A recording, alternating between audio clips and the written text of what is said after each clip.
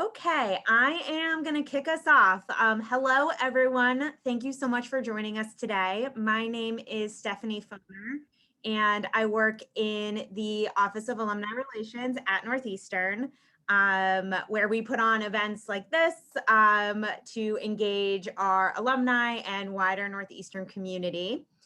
So just a couple housekeeping items to begin with. Firstly, thank you all for putting yourselves on mute. Please keep your microphones muted throughout the course of the program. It'll just ensure that we have good sound quality. Secondly, this event is being recorded and we will be making the recording available after the event. You can also access subtitles or closed captioning for the program if you need through the admin bar at the bottom of Zoom. And then lastly, our professor presenters will be presenting for about 35 minutes. And then we are going to have a segment for questions and answers. And if at that time you could put your questions in the chat box, I will read them out loud for our professors to answer. It's just easier to manage the flow. But if you have any questions during the course of the presentation, please feel free to put them in the chat box and we can start a running list for the end of the program. So now it is my pleasure to turn the floor over to Tom Donahue, who is our alumni community leader in the Palm Beach community, and he is going to introduce our professor speakers for today. Great, thank you, Stephanie, and welcome everyone. We have over 5,000 Northeastern alumni in South Florida between Palm Beach, Broward, and Miami-Dade counties, and we're happy to host this event today. If you have not been receiving any emails from me over the years on our events, please let Stephanie know and she'll forward your contact information to me. You can also find us on Facebook at Northeastern University Alumni South Florida, where you'll find all of our photo logs from our many events over the years. And thank you to the Alumni Office for putting this event together. We're excited to have two great speakers with us today. Amy Farrell is the Director and Professor of Criminology and Criminal Justice and the Co-Director of the Violence and Justice Research Lab at Northeastern University. Professor Farrell's research is aimed at understanding and describing how the criminal justice system administers justice.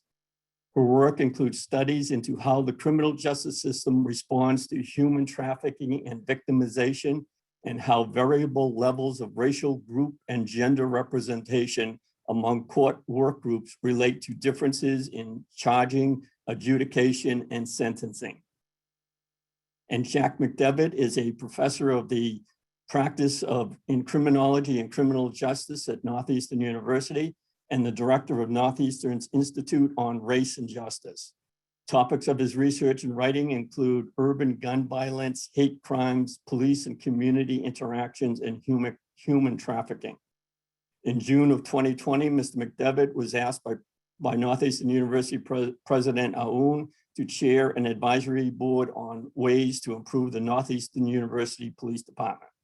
So welcome, Amy and Jack. And Amy, if you will get us started, please. Thank you. Great, thanks so much, Tom. And thank you to everybody who's joined today. I'm really excited that you could be here for this conversation. As Tom mentioned, I'm the director of the School of Criminology and Criminal Justice. We sit within the College of Social Science and Humanities. And I've been lucky to have been a faculty member at Northeastern since 2003, and I'm also a Northeastern alum. So I'm really happy to be speaking to this group today. I want to start us off by asking a couple of questions of Jack. Jack's going to lead us through some discussion of questions of police legitimacy. But obviously, people tuned in today because there are significant questions that are facing the American public, the American justice system, and the American sort of policy realm about how we handle questions about police legitimacy, whether the police should exist, questions about racial disparities in police operations, issues of police violence, and questions about police use of force. and Jack is going to talk a little bit about how we got to where we are today. And I would just like to set the stage by saying, and for everyone on this call, I'm sure you're quite aware, these are not new issues that are facing critiques of the American policing institution. There have, since its origin, been questions about the role of the legitimacy of police in their actions, particularly within communities who've had historically negative relationships with the police. So I'd like to kick us off by having Jack actually just talk a little bit about how recent concerns over police legitimacy and calls for significant police reform, such as the defund the police movement, emerged, and to think about how those are similar or different from other questions about the legitimacy of the police that have emerged throughout US history. Thanks, Amy, so much for kicking it off. And I really am really pleased to be able to have this conversation with all of you. This is exciting. I think of South Florida, and I would think you would want to be on the beach today and not talking about police reform, but it's great that you came, and we appreciate that. And Amy and I are really looking forward to having your questions after we do a little bit of a presentation, and then be able to speak to that a little bit more. If you don't mind, I'll take a minute to just sort of say, Amy has recently taken over a year ago the directorship of the School of Criminology and Criminal Justice, and we're really, really proud to have her be in the director's role. Her work is internationally cited. Her work, her research and scholarship is something that people are citing every day. Policymakers are using to make policy. And it's one of the things that differentiates Northeastern from some of the other schools, is that we do try to step in and use our research to change policy to make the agency of criminal justice stronger. And that's been Amy's work in her whole career. And I'm really proud to say that Amy is the first woman to be a director in the School of Criminology and Criminal Justice. I know a lot of you are saying it's about time, and that's right, but at least we've done it. And her work and her leadership is moving us in some really great places. So those of you who are on the call who are alums of CJ, the school is in really capable and wonderful hands with Amy's leadership. So Thanks, just wanted to kick that off, Down. I didn't pay him. No. Stephanie, you can go to the next slide. And Amy and I wanted to kick this off with this whole question of police legitimacy. What makes a police department legitimate, and why does it matter? We know that for a police department to be seen as legitimate, if somebody comes up, pulls you over at night, you wonder, is this going to be a positive interaction? Is this going to be something where I get treated fairly? Or is this going to be something that goes negatively? And that's a huge part of where the police can be effectively do their job. So the community needs to believe that policing is going to be fair and impartial, that everyone's going to be treated the same way. And that's a big challenge in policing. And as we've seen, as we go through the different sort of framing of this talk, it's something very, very difficult.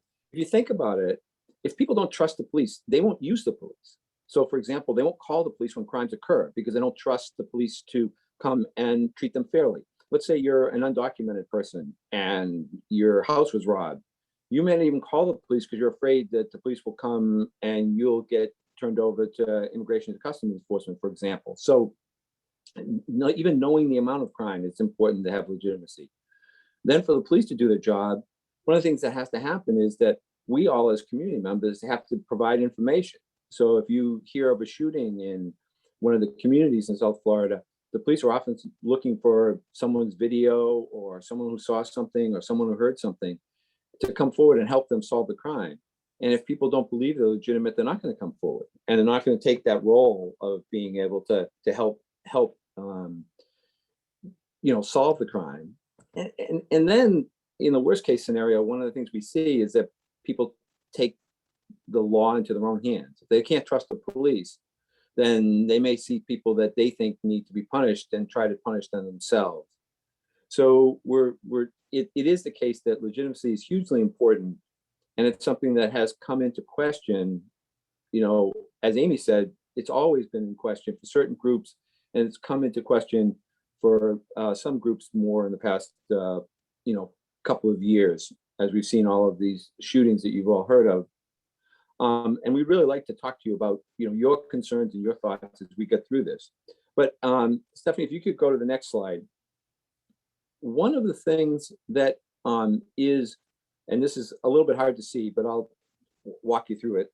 One of the things is that trust in the police varies, and a lot of you know this, from by where you are in society, that racial and ethnic groups are very different in how they feel about the police. I was looking at some data on survey data from Pew the other day, and one of the things that they've said is that in 2016 they asked a question that said, do you believe the police treat people differently by race? And about 53% of the people agreed that they did. And then in 2020, that number went from 53 up to 65%. So 2/3 of the people who answered that survey thought that the police treated people different by race or ethnicity. And then if you look at African Americans, their number is 90% believe the police treat people differently. So we do have a bit of a crisis in legitimacy here. And that's based on what you're seeing here. This is a chart of people killed by the police. And, it sort of has countries, and I know you won't be able to see it, but I'll read you, like Japan and the United Kingdom are at the top with the fewest people killed by police forces. And down at the bottom is South Africa and Burundi. And what we have here is broken out by different categories, different races and ethnicities of Americans. And you can see that white Americans that are broke up there by the sort of greenish dot are up higher, like Canada and Egypt, but Black Americans are killed by police forces at a much higher rate, almost 4 times as high. So you can see here that the police violence that we know about is not something that is spread evenly across our society. If you happen to be African American or Latino, you're more likely to be a victim of police violence and other kinds of disparate enforcement practices than if you're white. And so that raises this whole era of how should we deal with that? What should we be doing? If you go to the next slide, Stephanie. Thank you. During the last summer, as you all know, following the killing of George Floyd, there were protests all across the country. And people were out in the streets saying, we have to change policing. And there were lots and lots of different calls, ways to change policing. There was a call to defund the police. In other words, we should take the money away from the police and give the money to other groups that can deal with problems. There was a call to hold police accountable. If we look at historically, the verdict that we have so far in the George Floyd case, with Derek Chauvin being found guilty, is an anomaly. Most often police officers, when they do commit crime or even murder, are not held accountable by the courts. So we saw something different here, and there was a call for more accountability and a call to change the way we train police. Like a group of people were talking about, well, shouldn't we de-escalate as opposed to, use a gun or a stick or something to try to mediate a conflict? Is there a way we can de-escalate it so that no one gets hurt? And so we've had some, I think, positive conversations that have come out of that, where we can start to see that people are hopeful that something could be better, that we could change some things about policing. Unfortunately, what Amy and I can talk to you about is that it's not as simple as simply defunding the police or holding one police officer accountable. There's a series of issues that are out there that, as a profession, policing has to consider and think about in a way that they could become a better organization and more responsive to the community members that they have. So I want to kick this over to, we can go to the next slide.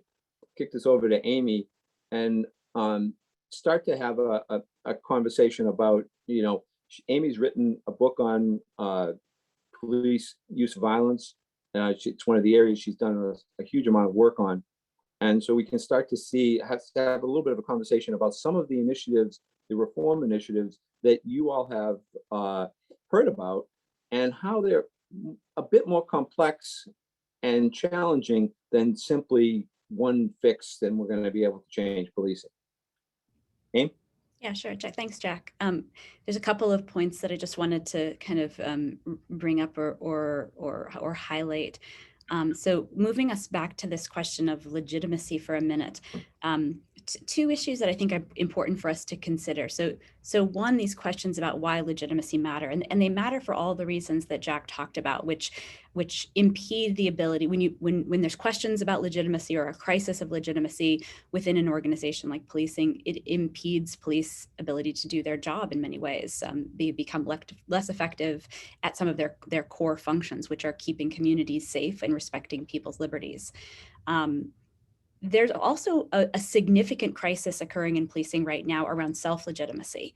That is the profession itself questioning whether or not the community trusts them, and if the community does or doesn't trust them, how dangerous will it be for them to do their job? Is in fact their organization a legitimate organization? Do they want to continue in policing? And I want to highlight this because I think it goes directly to the concerns we're going to be talking about when we talk about reform, which is, as police leaders, you know, there's a few things coming together. There's this movement that hasn't begun, to last summer, but certainly was escalated last summer around questions of whether or not the police should exist, this defund the police movement, questions about legitimacy and particularly racial bias in policing. But there is at the same time an impending retirement crisis happening within policing, right? So we know that the ability of police to recruit new officers has been severely damaged by some of the legitimacy crisis issues. The ability to recruit more officers of color and women into policing has been stymied. It's something that has been difficult. If we look at police hiring since the 1970s, we find that the number of women in policing is almost flat from that point forward, right? We have policing is roughly around 13% of police officers in the United States are women. And that number has not changed dramatically in the last 40 years. We have variously, regionally done better or worse at being able to recruit individuals from historically marginalized groups into policing, not only groups that may be considered racial minorities in communities, but LGBTQ populations, individuals who speak different languages. And all of these things are important for the ability to interact with victims, to get people to provide information, to create trust and confidence in the community, right? So this problem is going to get even more significant as the organization of policing faces these challenges to their own legitimacy and faces these sort of natural demographic challenges that come with having to hire, a fairly large force of police officers over the next 20 years, as we see a very large demographic of police officers retiring.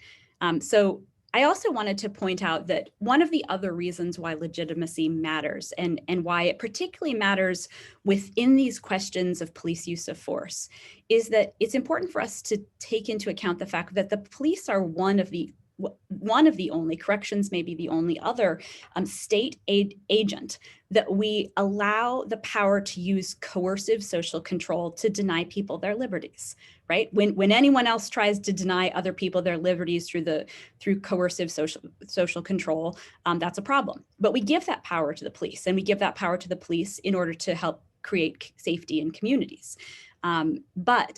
With that power comes a significant amount of responsibility. And so when there's questions about the abuse of that power or use of force, it's centrally tied to a very unique role that we've given historically as citizens to the police in order to maintain order and safety in communities. So I think there's a particular resonance about questions of legitimacy that hinge around questions of use of force and violence. That is kind of undergirds a lot of these conversations. if we think about this question of police self-legitimacy, there have been a number of really important surveys over the last 2 years that have suggested that self-legitimacy concerns lead to decreased satisfaction of officers with their organization, decreased satisfaction of officers with their engagements with the community, and in some cases, decreased activities, right? These are these questions that exist about whether or not you will have this Ferguson effect, whether or not you will have this, sort of decreasing of policing after high profile events, which raise questions about police legitimacy. And so one of them, these crises that sort of brings us to this question about what do you do? All right, so you have these major difficult issues that are facing the organization of policing in the United States, which is not one organization, we should remember, but is in fact 18,000 different organizations that exists with different local and regional contexts and operating rules in many cases, right? So you're not changing a single organization or a single structure, but you're changing 18,000 different organizations and organizational structures, which is a major challenge in and of itself. Jack, maybe you can talk a little bit about what we have seen that in terms of some of the histories of attempts to reform the police and ways in which you see, particularly in your role on the advisory board for the Northeastern University Police, you see any of these sort of commission or reform efforts as being different today than we have seen in the past. Sure, that's great, Amy. Stephanie, you can go to the next slide. Amy sort of talked us through it, but I did want to make one point to support what Amy just said. It is very, very difficult to be a police officer these days, more difficult than it's been in a long time. And as Amy said, many more police are retiring. The number of police retiring is up 20% 20% in New York City, 47% in Seattle. So it's increasing, and very few people are applying for the positions. One of the things we're seeing in police departments that's really troubling is that not only are police officers being, targeted for harassment, but their families are. And they, a person is in high school and their father's a cop or their mother's a cop, and all of a sudden they're getting harassed because of their parent being a police officer. So it's a really difficult time in policing. The other thing is that we've worked a lot with Boston Police over the years and tried to recruit people of color to become police officers. And one of the things that I can tell you about that is that, right now, a young African-American, let's say 18, 19-year-old African-American Latino person, this is not the job that they're thinking is going to be good for them. They're thinking, well, this has been bad for us for a long, long time. And why would I want to be in this role? So the challenges Amy's laid out are real, and it's going to be a problem trying to reform these organizations as they have lower staffing and they aren't getting the best and the brightest out of our communities to step in to be police officers. So that's one of the challenges we're going to be facing. But as Amy said, there's been a history of commissions and going back to the 1930s to reform policing. And they make a set of recommendations. And the latest one was the 20th Century Task Force that President Obama put together. And they have wonderful people on them, and they have great recommendations. But the recommendations tend to not get implemented, or more importantly, they get fought and changed, and you're not able to have the changes that you wanted. I'll give you one quick example of that. In New York City, one of the recommendations that came out of a task force was to do more community policing, where the police and the community work together to try to make the community safer. And police share their ability to increase public safety with the community. Well, in New York City, that got turned around a little bit and became something called zero tolerance policing. That what they would do is to look for people that might be having small acts of violence. The classic was jumping over turnstiles and not paying tolls for the New York City subway, and say to themselves, well, if someone's willing to do that, then they may be willing to break into houses and they may have other crimes. So we're going to use this as a threshold to sort of see these are that might not be anything serious, but they're doing low-level criminal activity, and we're going to stop them and talk to them and see what they're doing. That became stop and frisk. And they were stopping and frisking over 200,000 individuals, disproportionately individual people of color. So they're in the city every year. Now that's been reduced dramatically. But one of the things that happens is this idea of sort of how do we make places safe became sometimes morphed into this thing of, well, we're going to look for low-level criminals, and then our implicit bias caused the police officers to say, well, the low-level criminals have to be those people that don't look like us. So that was one example of the kind of thing that Amy spoke about, which is all these recommendations, and then they don't get either implemented or they don't result in the change that we want to have in policing. So Stephanie, if you go to the next slide, and Jack, Amy, you and I can jump in. Please, I yeah. just had there was a question in the chat that I just wanted to respond to, which is the questions about self-legitimacy that have existed, particularly for Black and brown officers.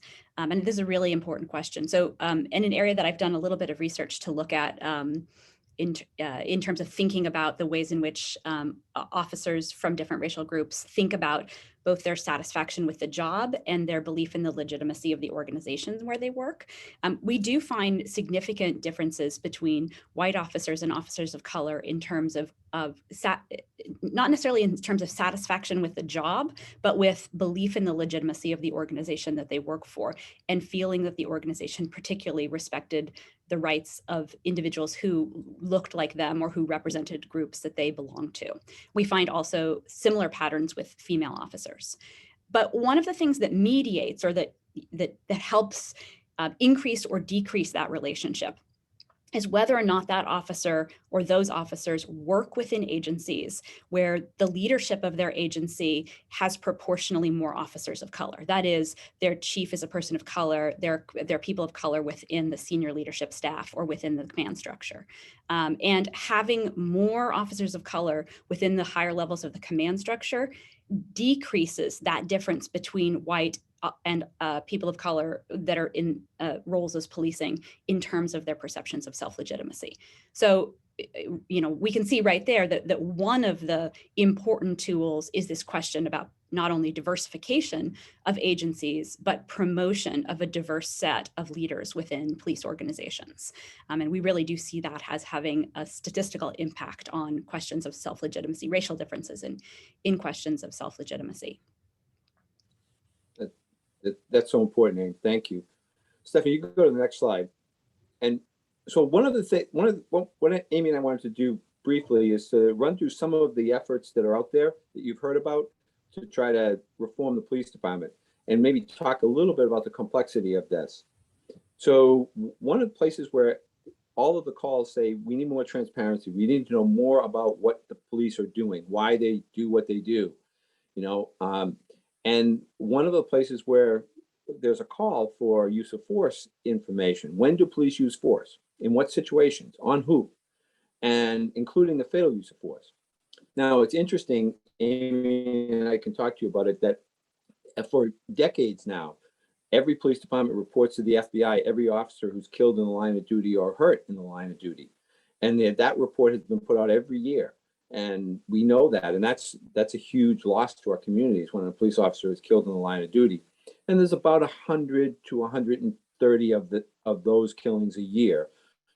Many of them involve motor vehicle accidents, as a matter of fact, while a police officer is on duty. But that's that. One thing that police have never kept track of is who they use force on, including who a police officer might kill. And that's never been a set of data that's been available. So now public sources or newspapers and the Department of Justice is starting to collect that data. But it's important to have both sides of that equation. It's not just if a police officer gets hurt, it's also how many individuals get killed by the police. And that number hovers around 1,000 a year that are killed by police officers. And some of them very, very legitimately. If somebody's in a shopping mall shooting people, the most courageous thing a police officer can do is go in and try to stop that. And if the person won't, put their weapon down, they're going to have to intervene violently. That's an important, so there's nothing, that's heroic. That's not a problem. On the same token, somebody who's driving with a license plate light out and ends up in an altercation with police and is killed, that's something that we, don't want to have as a society. So trying to understand that, the first step towards understanding is having the community share the data on what's there. A second one we've done some work on is body-worn cameras. You've heard that there's lots of police departments in South Florida, all around the country, who are starting to use body-worn cameras. There's thousands of agencies who are now using it. And the idea behind that was we would be able to catch those cases that we see on the news as, somebody who's a police officer who's acting badly. But unfortunately, there's a whole bunch of complexity around the cameras in terms of cost. When you put cameras on, Boston has 2,000 police officers. You put cameras on 2,000 police officers 24 hours a day, 365 days a year. The video of that to store and to search through and to find what you're looking for. And so there's a whole component of that. And then if you think about it from our perspective as community folks, there's a whole bunch of instances that we say to the police officer, do we really want somebody using a camera in this situation? So for example, let's say there's a call for intimate partner violence call where a father is abusing his wife or his kids, and the police officer intervenes. Do we want those victims on video? Do we want that scene to be depicted on video? I mean, there's a privacy right of the individuals involved in that incident, as well as a privacy right for the police officer. And so how do we decide when best to have the cameras on and in what situations? In what situations they're not helpful. So there's a cost issue. There's also an issue of trying to identify when would be the most advantageous time to have cameras on. And Amy and I did a project on civilian oversight a number of years ago where we recommended the first civilian oversight for the Boston Police Department, and it got put in place. And we saw the challenges involved in that. Amy, I want to kick it over to you. You're muted, Amy. Sorry, and we're going to talk about a couple more of these efforts to increase reform. The one thing I think Jack, why don't you walk through a few more of them, and then I'll say what I was going to say. Of course, sure. So in civilian oversight, what that is that the calls are that police, if a police officer acts badly or uses force, then in most police departments that police officer is then investigated by other police officers that she or he works with every day. And is that going to be the best outcome? I think in theory, when we think about how organizations should heal, I think it would be the best outcome if we believed it was fair. But unfortunately, there's too many cases where it wasn't fair. And so the call is to have civilians involved in that process. And it ranges from having civilians do the entire investigation, and where Washington, D.C. has that kind of model. But unfortunately, there's a cost issue there too, because it's over $1 million a year to fund that separate organization, or to have some sort of a hybrid where there's some police and some civilians who are doing the investigations and reporting them out. So that's one of the things you're going to hear a lot, and but we, it is more challenging than we had seen. Steph, you can go to the next slide. And one of the things that in addition to transparency is this accountability idea that when police officers act badly, they have to be held accountable. And so how might we do that? And as I had mentioned, civilian oversight is one place where having individuals be involved. But here's the challenge with that, is that most of the civilian oversight panels, not all, but most of them across the country, they tend to become rubber stamps for the police. They tend not to be more aggressive. They tend to be, they get to know the police officers, they get to know the organization, and they are willing to give police a second chance. And so they don't fulfill their intended purpose. The second thing is that, you can't look at most of your police departments and see what the public record of the police officer is. Has the police officer ever been arrested? Has the police officer ever been disciplined? That's something that's not public information. And maybe there's a way that should be public. So we're seeing calls for that. We also, I think really importantly, are seeing agencies trying to say, what do I reward? For years, the person that got the Medal of Honor or the highest citation from an agency was the person that did the most arrests. And a lot of agencies are questioning that now. Is that the person we want to model ourselves after? Or is it the person that solved the most problems, for example? Is it the person that built the most relationships? And so how do we think about the reward structure in an agency? Who's going to get promoted? Who's going to get a raise?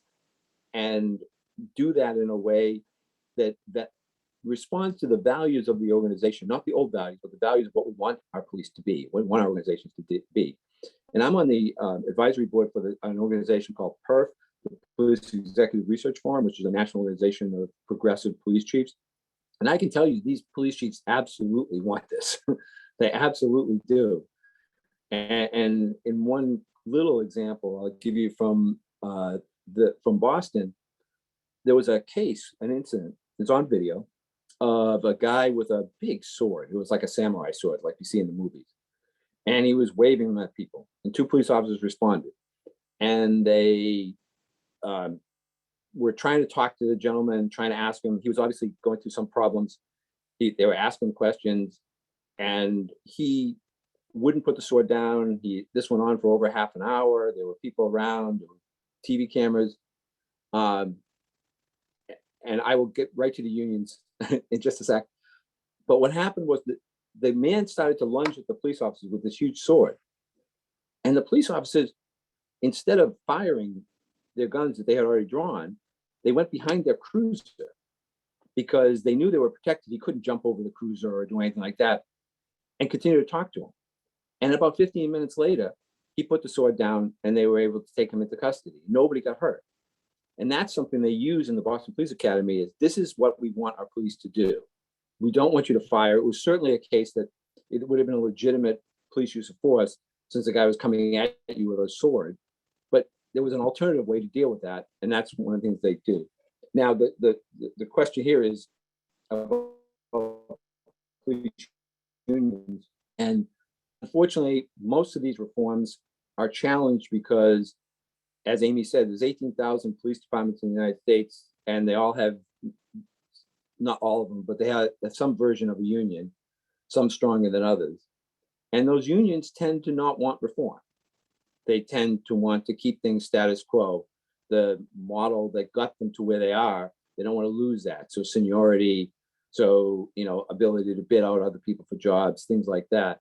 So one of the biggest challenges to reform has been historically and currently is police unions. And it's not all police unions. There's some great unions who want these reforms to go in place, but there also are some unions, many unions, who fight all reform because it's going to mean a loss of the union power.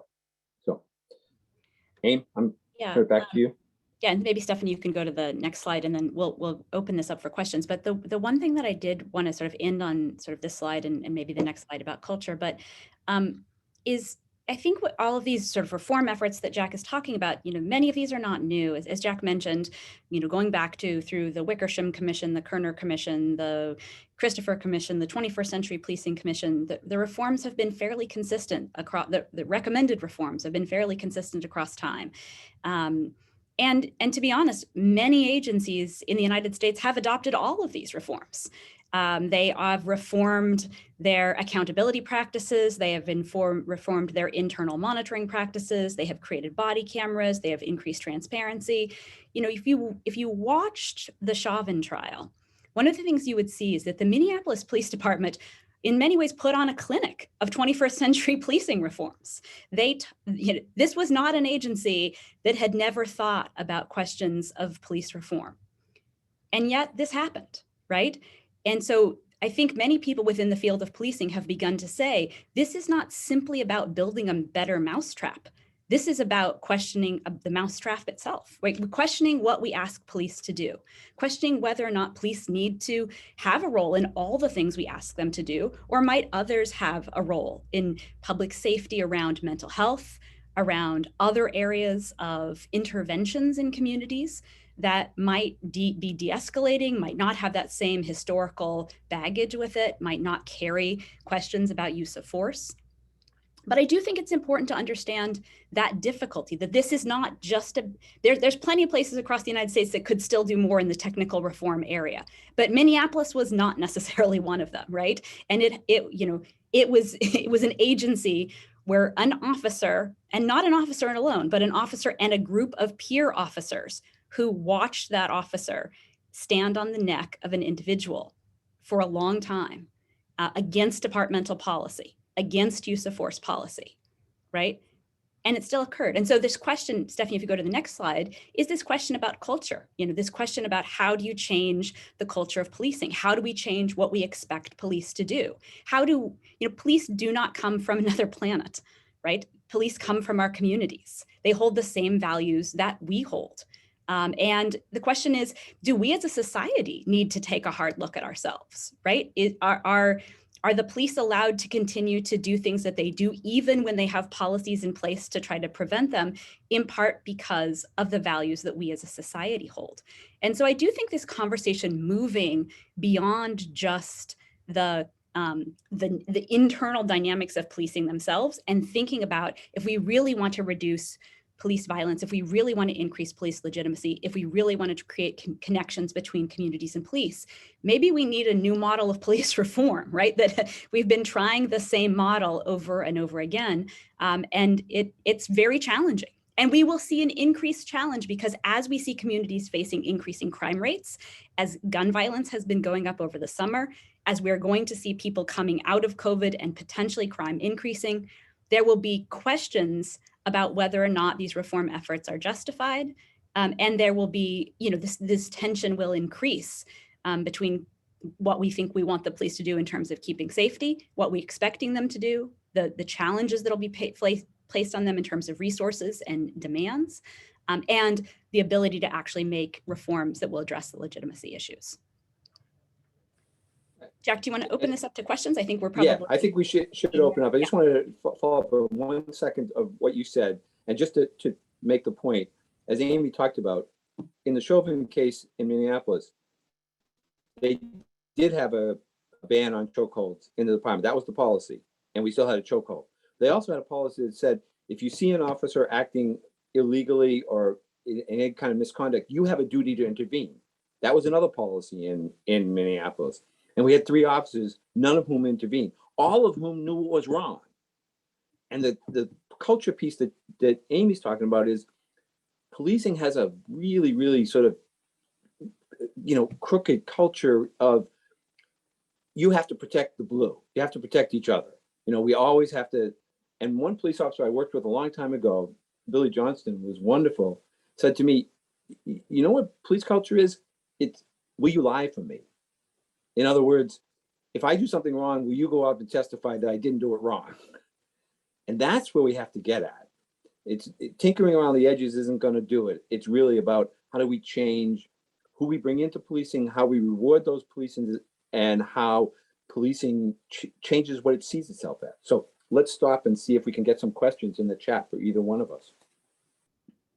Jack, there's a question already from Larry in terms of a question about if Massachusetts does civil service have a future role in policing, and is regionalization the way to go in Massachusetts and beyond? Well, Amy, you can speak to it as well, but I think civil service is not helpful. It allows cops to do things badly, and when they get disciplined, they can overturn that discipline. We've had more cops who've been returned to the force in Massachusetts across the state than have been fired for acting badly, and they've been returned by civil service. So I think that in very few places do we have a pencil and paper test where we make decisions on who's going to be in our organization based off of that alone. So I think we need to move past that. And I know there's always been a fear that, you know, the politics of it will enter into it. And there's a long history of political decisions in terms of policing.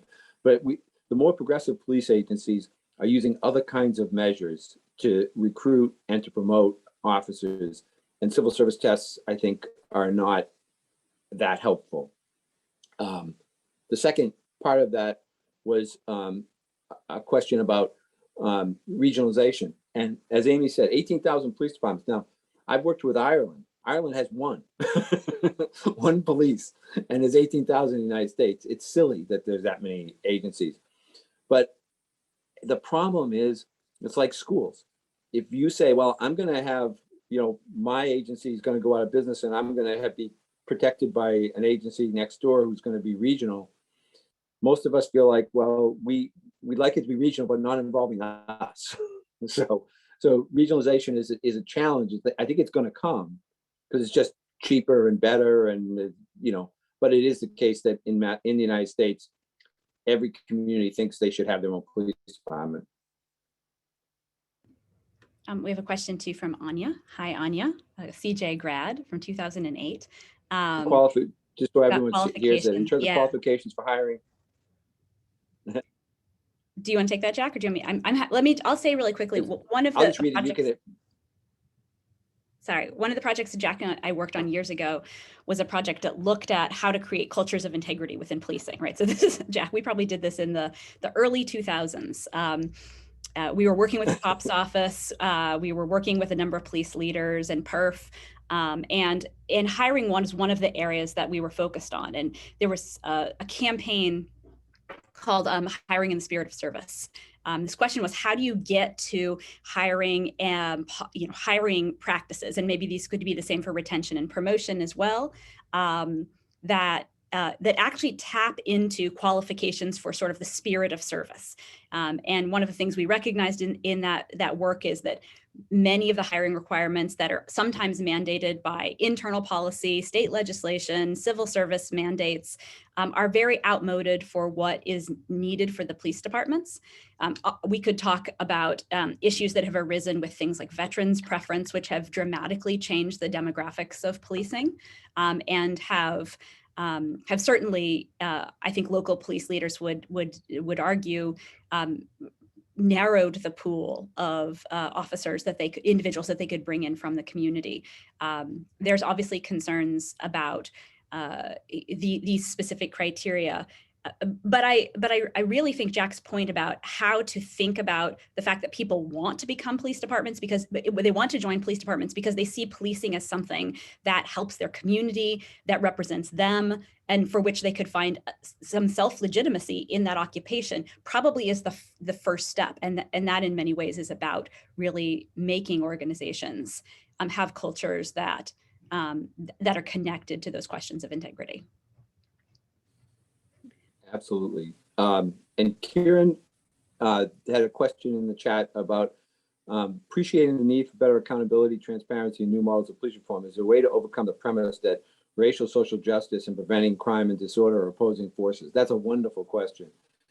And, you know, it's fascinating when you think about it that, you know, there are places in our communities where crime occurs more regularly. There are neighborhoods, we all know them in all of our communities, where it's more common to have crime there. In some of those neighborhoods, not all, in some of those neighborhoods, it's also populated by people of color. And they're the ones suffering the crime. And so we have to sort of, you know, move off this dichotomy of, you know, the certain groups don't want any police and other groups, you know, want the police to do everything. We want the police to do their job, to make us all safe, to keep us safe, but in a fair and equitable way. And that's it. People don't want the police to go away, but they want the police to be better at their job. And Jack, I would just go back to this question from Karen's question, which is to say, I think it's also about fundamentally rethinking these questions about all the things we ask police to do and be responsible for solving in communities, right? And increasingly, we ask police to play roles as social workers. We ask police to play roles in intervening in mental health issues, in substance abuse issues, and to think about whether or not social justice questions are better answered by thinking about ways that other parts of the community can be responsible for preventing crime and public safety, and increasing the health of communities. And those include increasing economic incentives in community, thinking about education, thinking about the role of a lot of other institutions beyond the police in terms of creating true equity, all of which would make communities safer and decrease crime, potentially more effectively than apprehension and deterrence will do. Right? There's a limit to the role of police in preventing crime and keeping communities safe through the tools in their toolbox, which are apprehension and deterrence. And that is not always the solution to complicated, longstanding crime issues in communities. And I'll give you one example. As you heard in the beginning, in the introduction, I'm heading a group that's working with the Northeastern Police to change some of these issues at Northeastern. And one of the issues is, students call, there are lots of calls to the police for a student having a mental health issue. They could be sitting in the cafeteria crying. They could be acting weirdly, all of that. And when we don't know what to do, we call the police. And the police aren't any better at dealing with this and they come in with a uniform and a gun, and it could be the exact worst thing to do in that situation to an individual who's just broken up with their boyfriend or girlfriend, or their parents are fighting with them, or whatever it is. And we sit now, what Amy's saying is what we're going to try to do at Northeastern is to rethink, isn't that a community issue? Don't we as a community need to deal with that person, not to bring the police in? Obviously, if the person's going to harm themselves or others, then the police have to come. But is there a way that we as a community could get that person to mental health services or help that person, as opposed to making a 911 call and saying there's somebody, disturbed in the library? And so I think that's one of the things we're moving towards, is trying to see how can we empower ourselves and people who are better prepared to deal with those issues. I can tell you the police do not want to deal with homeless people who are sitting in a Dunkin' Donuts for too long, and Dunkin' Donuts tell them to get them out. That we should think of other ways to deal with some of these issues that are better and more tolerant of individuals who might be going through some kind of crime. And to Jack's point, these questions about the legitimacy, I think one of the important things that has come out of some recent research is some really good and difficult statistics that show that when people don't trust the police, or they have concerns about the legitimacy of the police, they may still call the police. In fact, they still call the police at very high rates. And that's in part because there's no one else to call, right? There's no one else, there's no other sources of services. And you see all the time research saying, I wish I hadn't called the police. You saw this in the Chauvin trial, right? You saw people taking the stand the clerk in the store who wished he hadn't called the police, but he didn't know what else to do, and his boss told him to call the police. We see this replicated over and over again, people who want a problem solved and have no other recourse than the police. And again, that there's limitations to the ability of the police to solve many of those issues. And that's about communities putting into place very different structures. And I see in the chat, there's a question about cameras in court from Mike Fox. And just to respond to that, you're absolutely right that there isn't a right to privacy of the police officer when the camera's in court. We're thinking of situations where a police officer might be talking to a confidential informant, and is that a place where we might have some privacy issues for a police officer? But you raise an important point, and one of the things we found in Massachusetts is that as cameras started to be introduced, court was a place. Police departments have this debate about whether they should have cameras or not, and we think about it for officer misconduct, but it changes the character of a court case, as you well know. If you have a video of two people fighting, it's a whole lot different than having two witnesses testify.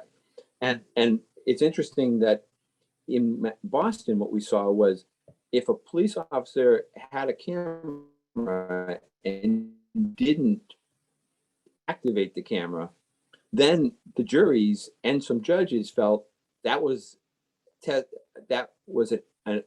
positive effort to try to not have the truth. And so they were more likely to not believe the officer if they forgot to turn on the camera, for example. So I think a whole area that hasn't been done much research on is how has body camera footage changed court cases, and particularly with juries, but even with judges. So I think it's a fascinating question that you raised. I think we only have time for one more question for the whole group that's in the chat, but I do see I have a couple private messages and another question that came through, and both Jack and Amy have said that they're happy to connect with folks after this event. Right. So I will be sure to pass those questions along to them.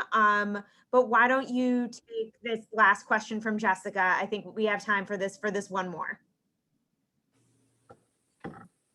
So Jessica wrote that, how do we change police culture when there's so much pushback from police leaders to enact change? I recently moved to Delaware and I'm working on post-conviction criminal matters. I see a lot of over-policing in communities where there are no restrictions on police tactics. Delaware passed legislation requiring interrogations to be recorded. Something may say it's a long time. Thoughts on police departments are so far behind in reform. Yes, that as Amy said, there's 18,000 police departments. The spectrum is pretty broad. We have some wonderful police leaders out there who are really trying to change their organization, but it's hard. It's very hard. You got to put up with a lot of people who don't want those changes. And there's a lot of police leaders that don't want to have those battles. They don't want to fight that. And they want just to go back and go do what they were doing before. And so we really need to think about, as Amy said, how do we really promote and hire the best of the best and their problem solvers and not, warriors. Amy?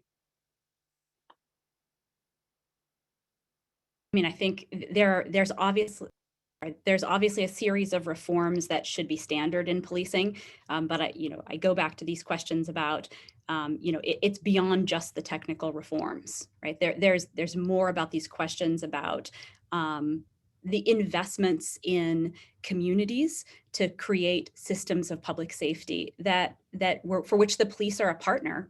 We're not talking about getting rid of the police. We're not talking necessarily even about defunding the police, but about widening the net of partnerships that can truly help create public safety within communities.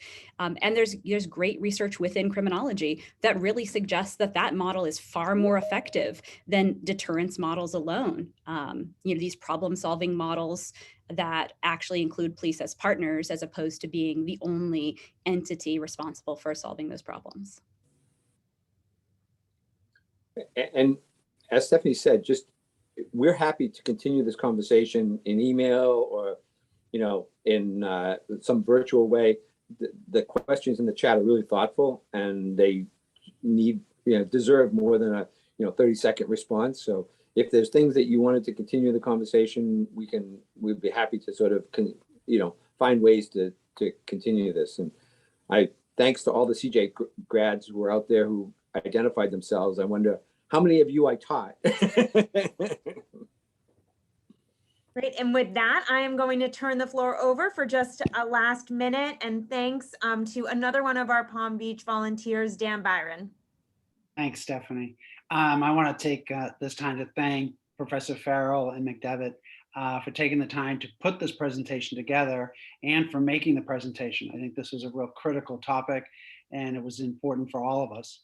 The Northeastern alumni community encourages the alumni to reach out to their local alumni groups to get involved if they can. It's been very rewarding for me to work with Tom and Hillary down here in Palm Beach. And then one last very important thank you goes to Stephanie for taking our suggested topic and reaching out and finding the right people at Northeastern to present this today. So thank you, Stephanie, for putting it all together, finding the people and putting the Zoom call together. So thank you. Stephanie, that was it. Thank you to everyone. Can I say something? Say that again. Thought I heard someone. Okay. Yeah, I think that's it. Thanks so much, Dan, and thank you all for joining us today. Perfect. Thanks, Stephanie.